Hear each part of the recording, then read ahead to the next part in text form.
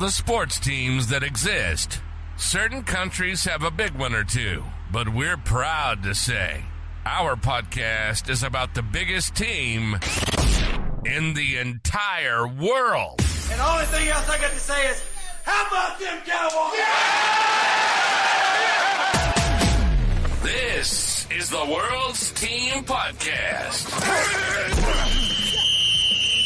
All about the world's team, the Dallas Cowboys, baby. We're here to redefine what it means to be a fan of the gridiron game. It's not just America's team anymore. Nope.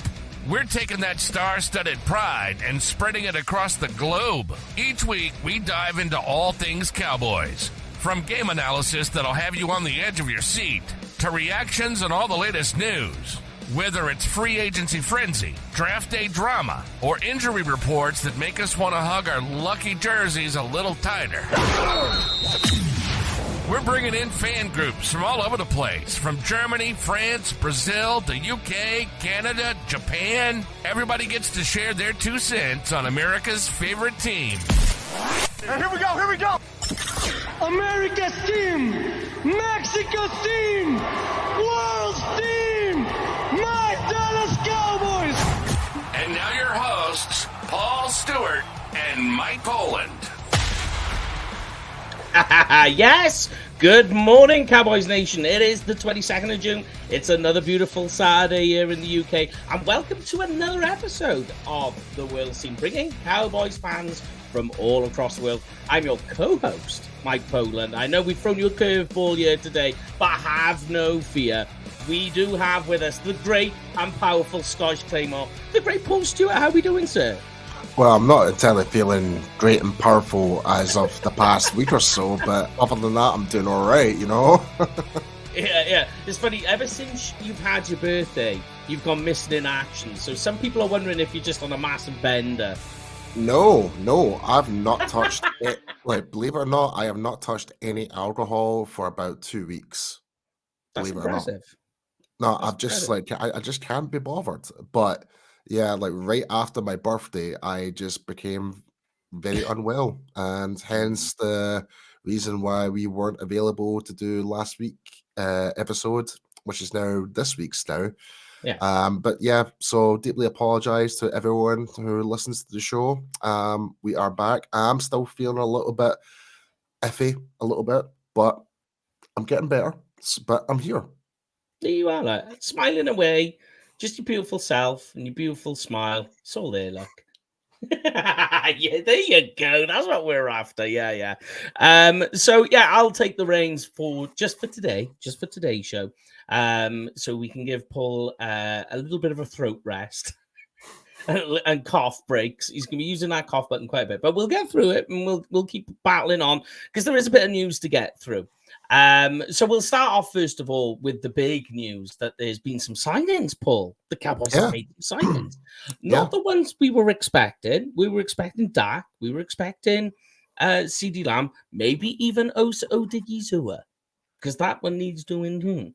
But no, it was none of them. It was, of course, 2 UFL standouts from last year. So they had a number of guys in to do workouts that were from the UFL. Cowboys, they've got a track record now of being able to get these guys from the developmental leagues. Turpin is another example. Yeah, look at Brandon Aubrey. There you go. Yeah. So I mean, yes. So they brought a number in.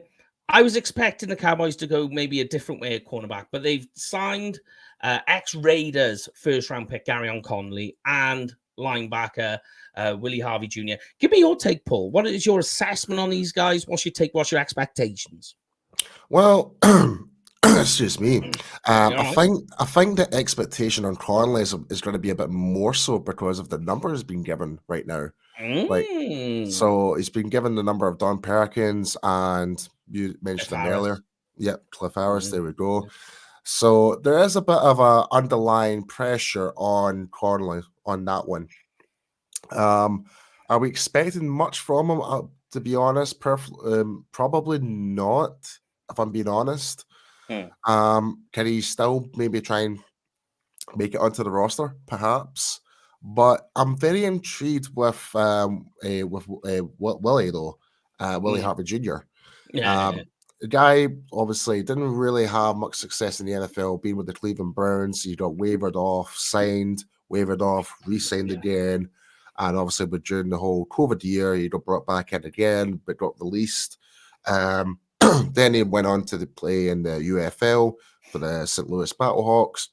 Ended up being the best tackler in the league. Ended up making the All-Pro team of the UFL. But I find it quite strange, though. Literally like 2 weeks after he got announced as an All-Pro for the UFL, his contract got terminated. So I do find that a little bit suspicious. But am I happy to bring him on board? Absolutely. He's the type of linebacker that we are needing after the good Leighton Vander Esch had to retire there. And believe it or not, he got his number, I believe, number 55. Yeah. He's there got 55. Yeah. So I'm happy in that regard because we are a bit thin in terms of numbers for linebacker. And that will definitely kind of like bring a bit more competition as well. I would say Willie Harvey Jr. has a more standing chance of making the roster than Conley does. So couldn't agree with you more there, mate. Yeah. I mean, when you think, I don't think it's so much of a skill thing. I think just numbers. Like the Cowboys are lacking linebacker. Yeah, it goes back to the whole Bill Belichick situation. Next man up, right? Yeah. And really is true. Like, and that's what the Patriots like. If you're well drilled, you're well coached, it really is the next man up, essentially. Hopefully, we might have that in place this year. It doesn't matter who we have in the roster. If that next person can take that next leap, we might not be like so much judgmental in terms of the depth in that regard. So I'm hoping Willie can actually like take that what he did from the UFL and take it up to that next level because people can actually see what he's now capable of doing now. So that's where I'm at with that. Yeah. So your expectation, and I think we're kind of going to be with the same answer as your expectation. Willie Harvey is going to be a guy that makes like the practice squad, who gets sort of brought up in the season to cover. Connolly is at least. Yeah. I think he'll at least make the roster, if I'm being perfectly honest with you. I think he will have a good shout at making the 53-man roster, depending on how our linebacker group is and depending on how the other positions are in terms of depth. Like, we might not necessarily need as many wide receivers, or we might not necessarily need as many corners, and that might free up some space for linebacker to add that extra body in. So it just really depends what we do in terms of the structure, in terms of numbers for certain positions. Yeah. Because I mean, like you'd like to think anyway, because I haven't really seen much tape on Harvey, so I'm gonna have to definitely go in and watch some more on him as we get closer to camp. But to me, I think this was a signing not just to help cover with numbers at linebacker, but special teams as well. Absolutely. And that's one thing that we do enjoy having is guys that can actually contribute to special teams, especially for our coach, John Fassel. Like, Bones loves that type of stuff. So if he can bring in and contribute to any way, shape, or form to the team, whether it's in special teams or actually being on the defense, I'm happy. Yeah, and you think as well the team lost some numbers, at that sort of position, special teams, duty guys as well. Yeah. So it needed restocking. But it doesn't finish there, mind. No, certainly not. Yeah, and the Cowboys as well. From a report I seen just before we came on the show, the Cowboys are getting more UFL players to come in to work out. So they really are trying to find those diamonds in the rough, Paul. Yeah, I mean, I suppose that's the only, and this is not I suppose it is a bit of a kick in the teeth to the front office a little bit because of the situation that we are in with our salary cap. We're kind of left with no choice to go for these players in the UFL because they're going to be cheap, and two, like these players who just did the UFL, they've got a point to prove. So these guys coming in, they'll want to kind of show their worth that they actually do belong to the NFL. So, I mean, I have no problem with that at all. And we've had diamonds in the rough, as we kind of mentioned, with Turpin and Brandon Aubrey. Brandon Aubrey made it to the Pro Bowl. He was the best kicker in the NFL last year, and he was a rookie within the NFL, right? So if we can get that other diamond in the rough, fantastic. Yeah. And they are like we said, they are able to find these guys. They do have a very good scouting team when it comes to this. Absolutely, I totally agree with you. Yeah, but sticking with roster numbers, here's an interesting one that happened this week. It happened, I believe, on Monday, possibly Tuesday. But the Cowboys had Isaac Alarcon, as we know, big favorite when the Cowboys were on Netflix or Prime, whatever it was Amazon Prime Video. Yeah, all or nothing. Yeah. You never know. It's just all those subscription services, they all sort of mesh into one for me now. It's just like whatever it's on. Well, before you do mention that, speaking about subscription services, Netflix, the new Dallas Cowboys cheerleader show is now available to watch now. So that's my entertainment sort of for this weekend. So I'm gonna watch some of that. Well, the crazy part is our very good friend Jamie. He's actually in Spain at the moment for the football. He's Jamie from the UK Cowboys fans. He's currently in Barcelona for the Formula 1 Grand Prix in Barcelona, the Circuit de Catalunya. So he's there, going to have an absolute blast. So enjoy yourself, my friend. Yeah, but I'll show you the message he sent me.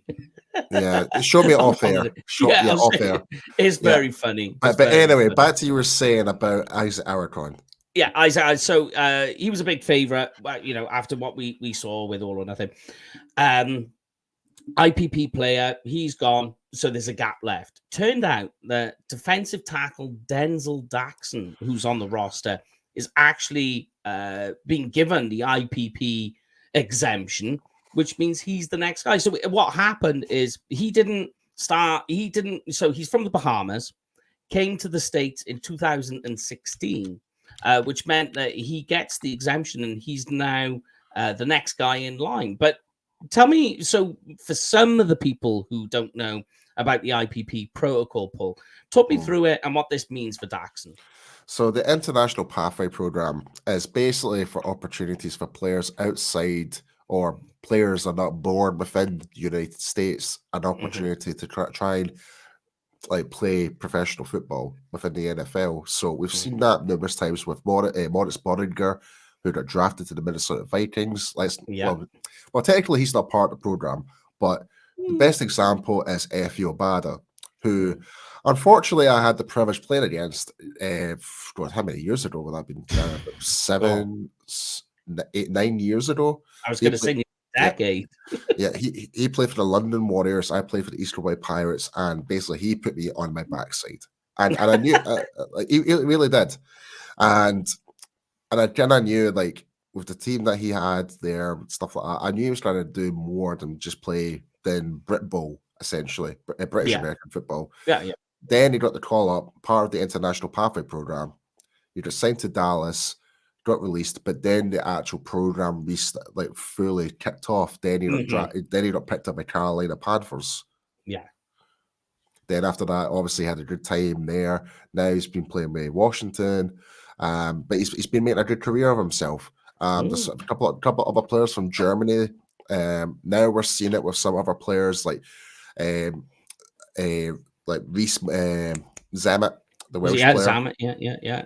Got picked up by the Chiefs. Yeah, not necessarily part of the program scouting, getting picked up by teams, but there was enough information from the actual IPPP combine essentially, and Kansas City were like that. They wanted to snap him up quickly, and totally right.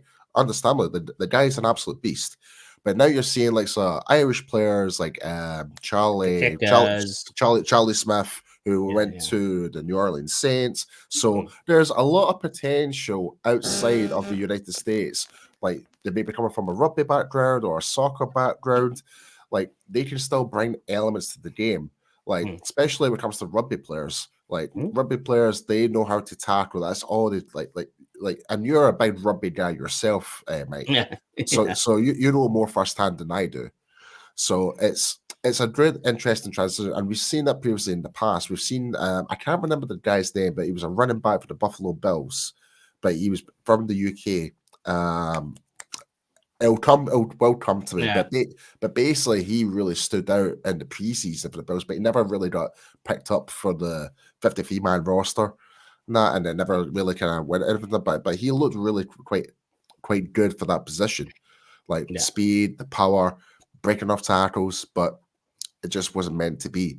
But the pathway program, excuse me, it's just an opportunity for players outside the US to really play the great game in America, which is the NFL, American football. So, but that's pretty much it.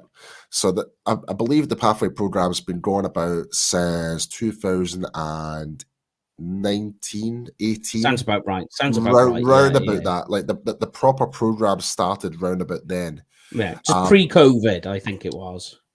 Yeah, I would say more 2018. But prior to that, it's just like abnormalities. Like Moritz Borger is a prime example. Like he played all of his football in the German football league. Like and obviously he made a really good highlight reel, and he actually ended up getting drafted by the Minnesota Vikings. So it just shows you, like, and now we're seeing players part of the IPPP are actually fully getting drafted. Like there was an offensive lineman from Australia and an offensive lineman from the UK getting drafted this year, part of the IPPP. So it's becoming a global stage now for America's game. So and this is why we're covering it as the world's team, because it's bringing all fans all across the world and actually get to learn more about the beautiful game of American football. Yeah, the globalization. So what is important, of course, is that Daxon now for the next 3 years can get designated IPP.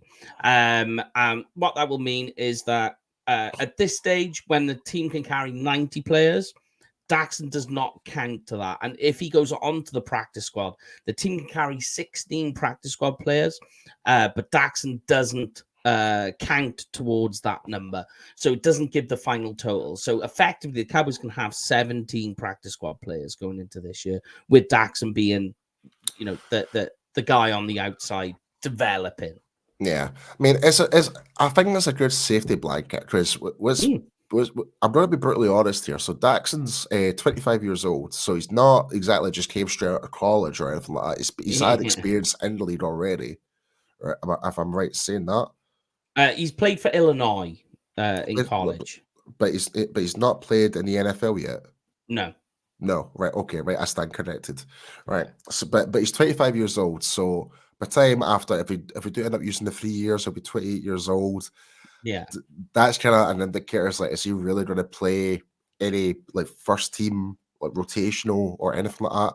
I think it's kind of more say like we're kind of just use him there just in case, there for training practices and stuff like that.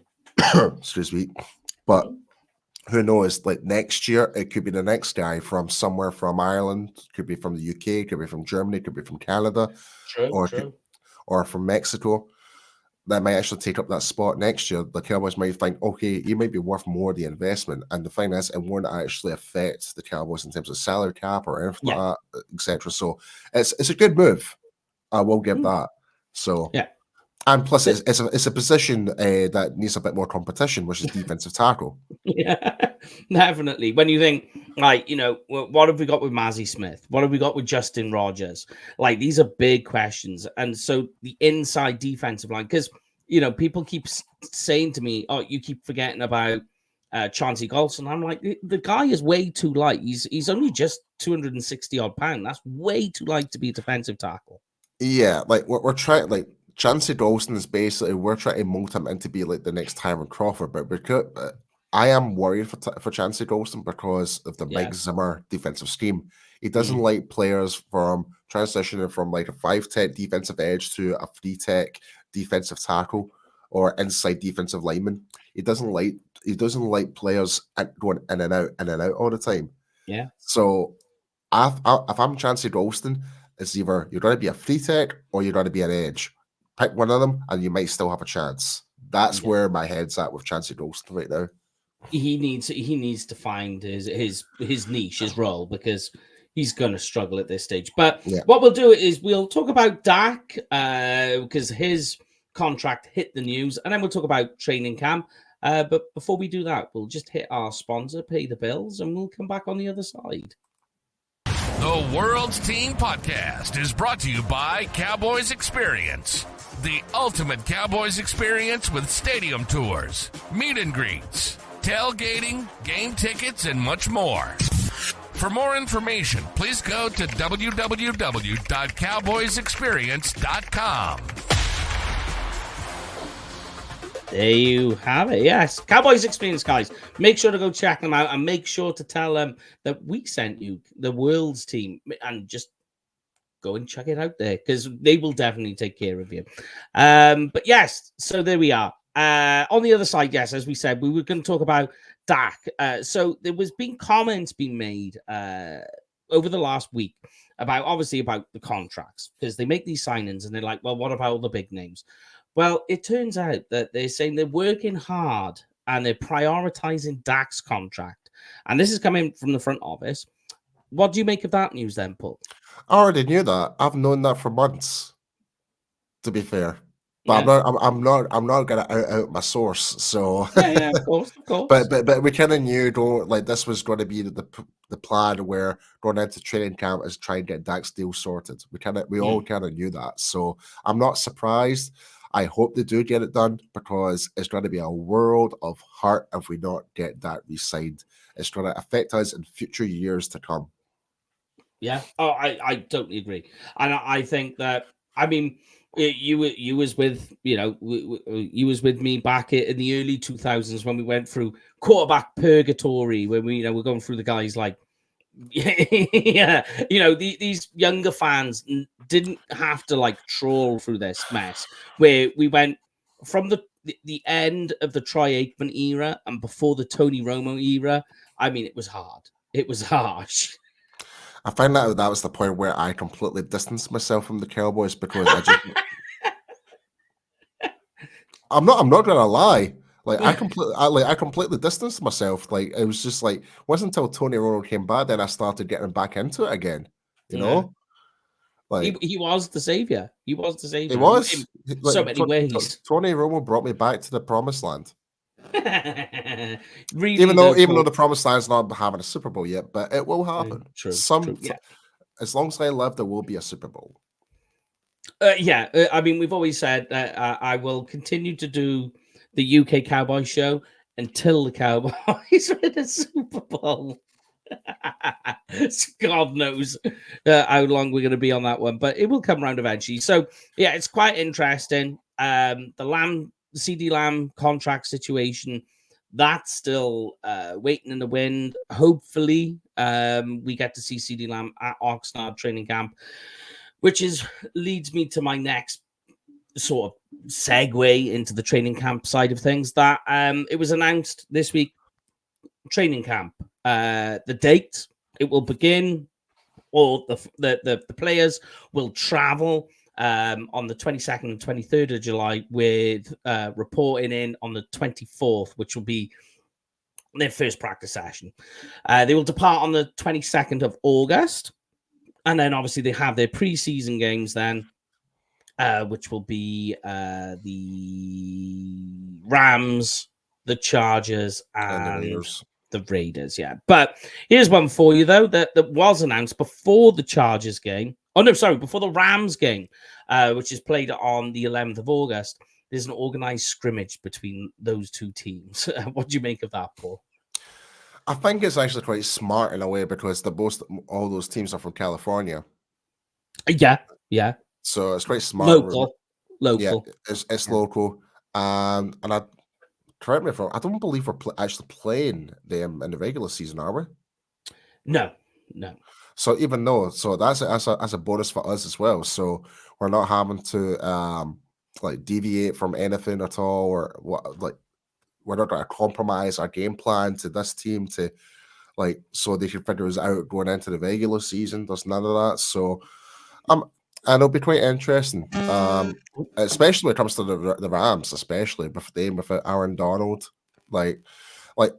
Ideally, I would have liked Aaron Donald still to play because that means he could have still put pressure on our rookies to see where they stand. I mean that in the deepest respect, because yeah, of course. You want in a scrimmage, you want the best opposition available to kind of really test to see what you've got in front of you, and you can actually reevaluate, say, okay, it needs to work in this, needs to work in that, etc. So, but if we're going up against a weaker opposition and scrimmages and that, it's going to be harder to kind of do a lot of variation on it. So that's where I'm kind of at with that.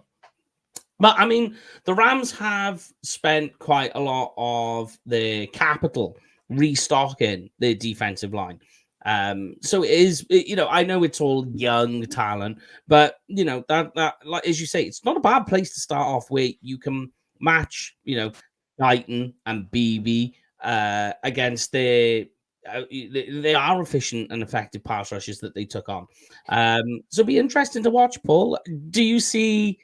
Because these things always do. Can you see a scuffle breaking out between the pair? Oh, 100%. Like, I can't even recall any scrimmages being so friendly, if I'm being perfectly honest with you. Like you're always going to have smack talk, chit chat between opposing offenses and defenses. Like you're always going to get it. So it would not surprise me if there is going to be a little bit of, maybe a couple of shoves, maybe the whole team coming off the sideline, perhaps. But it wouldn't surprise me at all. Yeah, but that's the nature of showing up for your team. There you as go. Well. Thank you very much. I got asked this question about 2 weeks ago on training camp, saying, can you see, not so much in the organized scrimmage, like at training, remember with the whole Des Bryant, Jordan Lewis thing. Oh yeah, you're gonna get that with your teammates as well, 100%. Exactly. Like wide receivers and cornerbacks especially. Oh yeah, they hold the most swagger. They've got to have a chip on their shoulder. But I said this. I said, look, if you don't hear of a team having like the passions break out, the organized scrimmage, they don't have a scuffle, then if that doesn't happen, to me that's more concerning, because now that says to me I've got players on my roster that aren't passionate about the game, that they're not invested, that they're not emotionally attached to what they're trying to do. I think there has to be a balance though, Mike. Oh, excuse me, I feel like I'm about to sneeze here. I try to hold it in as much as I can here. Jeez. And within respect though, like you don't want that emotion to be too high up, because you might lose control. And of course. Like, you know what I mean? So yeah, there has to be if it's for good, legitimate reasons, then yeah, absolutely. Like, you just don't want your teammates to be absolute douchebags, essentially. yeah. Like, you don't want that. Like, it's all about the competition. Like, yeah, like get in their face and just smack talk them, like help them, and which will kind of like trigger them to elevate, to get them up to like improve for the next rep. Absolutely, I'm all down for that. But yeah, if you're just being a complete douche about one of your teammates, then no. I'm with you, because I mean, you want the emotions, but you don't want that then to spill out, say, into the regular season, and then you see these players exactly, yeah, and it just ruins the continuity within the team. Exactly, yeah. And then you get these comments. It is a fine balance, that you want these guys to be invested and to be emotional and passionate about what they do, but you don't want them to be these locker room douchebags. One of my old coaches for the East Coast Pirates, Martin Spinney, who's now the head coach of the Pirates, he always told me, it's like when I was playing offensive line, it's like, especially me, because I was a bit of a hothead. He always said to me, it's like, no. he always said to me, controlled aggression always wins. Yeah, controlled aggression. Like, know how to control your aggression will actually help you become a better football player. Release it in the right place. Like if you're being full on aggressive, it's gonna come back to bite you in the butt. If you're not being aggressive at all, then you're gonna get pancaked. You're gonna get absolutely demolished. But if you have that controlled aggression aspect in your mental game, and it's gonna help you physically, it's gonna take you from step by step going forward.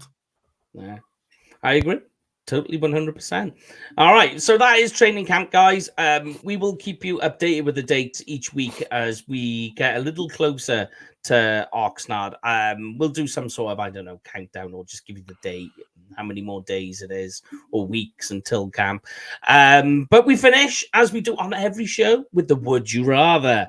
There we go. Yeah, so make sure you get involved. Put in the comments, whether it's on Spotify, because you can put comments on Spotify now. I did not do this, but you can.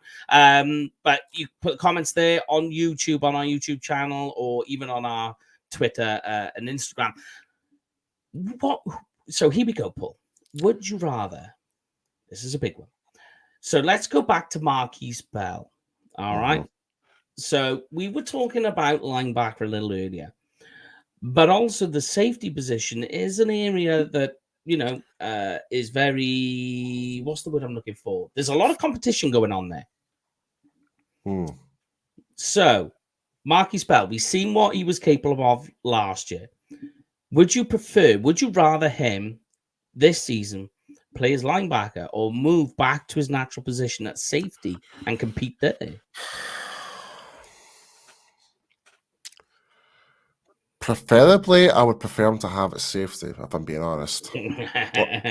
Like, as much as I really liked him at linebacker, but he doesn't have the full physical attributes to be a true linebacker. That's the problem. Whereas safety, he's got the speed and the agility to play that position really, really well. But whereas the linebacker role, like to really stuff down like your running backs at near the line of scrimmage, like. No, I just don't see it. Like in terms of coverage, like his coverage at linebacker was great, but in terms of stopping the run game, that's where I did have a wee minor concern about it, because he did, like, even though he tackled on well, but he was still getting bulldozed over by some running backs. So that's where I'm kind of situation more towards the safety side, which is his more natural position, to where he's more experienced at. Yeah, and I think what you saw as well with what you started to see with Marquise Bell as the season wore on, is that because he was very light for the position, and Damone Clark as well. If you look at Damone Clark, he's very undersized for the position. And then you think Micah Parsons, he's undersized as a pass rusher, which is where we're playing him. I think that took a toll on all these guys. So once we got to the postseason, to the playoffs, their bodies were getting knackered. They were just getting tired. And I think that was a big factor on the defensive woes against the 49ers in the playoffs. No, totally. Green Bay, sorry, not 49ers. Wrong. No, I was going to say, like, I'm pure L as hell right now. I didn't even realize what you just said there. Yeah. Wrong season. Yeah, against Green Bay. I think that took its toll. And obviously, I must be tired because I'm missing days out. Well, put it that way, at least we're trying to forget it. yeah. We try. That was it. I forgot about it so much from my mind that I completely skipped it over in the year. So hopefully we don't have to keep remembering that. Thank goodness. Oh, I don't know. We know a couple of Packers fans, so I don't think they're ever going to let it live it down. But there we have it, guys. That is this week's episode. Make sure as well you go, and if you look at the bottom down here, you've got all of our information on where to find us at the World's Team on Instagram, Twitter, X, whatever you kids are calling it, and YouTube. Make sure as well to go and follow Paul. Where can they find you, Mr. Paul? I am Stu on Twitter and X and Instagram. Yeah, and you can find me at Kenfig Cowboy, Kenfig with a K, Cowboy with a K. But there we have it. Yes, we will be back next week, guys. Stay safe. Have a great weekend. But I'm gonna let Paul, because he is the great and powerful, even though he doesn't feel it, and he is the Scottish Claymore. Give us your sending out, mate. As usual, the whole motto of this whole show is, it's not just America's team, it is the world's team. Stay safe, folks. You've been listening to the World's Team Podcast. There's no other team like it in the world. Nothing more electrifying than the Dallas Cowboys. And we're here to prove it. We bring in fan groups from Germany, France, Brazil, the UK, Canada, Japan. We're everywhere, baby. We hope you've enjoyed the show. If you did, make sure to like, rate, and review. We'll be back soon. But in the meantime, find us on Instagram at the.worlds.team, on Twitter at the_worlds_team, and on YouTube at the World's Team. How about them Cowboys? And the only thing else I got to say is, how about them Cowboys? See you next time.